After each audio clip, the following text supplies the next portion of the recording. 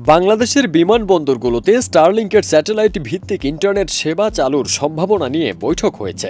বেবিচকের chairman air vice marshal Mohammad Manzur Kabir Bhuiyan এবং স্পেসএক্সের global engagement adviser Richard H Griffiths বৈঠকে অংশ নেন।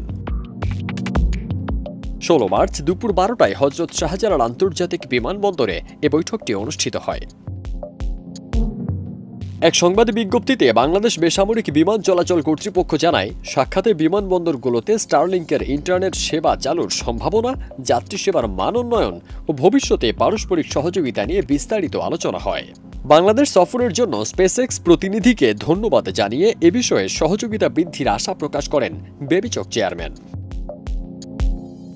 এর আগে চলতি মাসের ১৪ ফেব্রুয়ারি প্রধান উপদেষ্টা ড ইউনুস ও স্পেসএক্সের প্রতিষ্ঠাতা ইলন মাস্কের মধ্যে এক ফোনালাপ হয়। উক্ত আলোচনায় বাংলাদেশে দ্রুততম সময়ে স্টারলিংকের সেবা চালুর প্রয়োজনীয়তা ও সম্ভাবনা নিয়ে তা দ্রুত বাস্তবায়নের বিষয়ে আলোচনা হয়।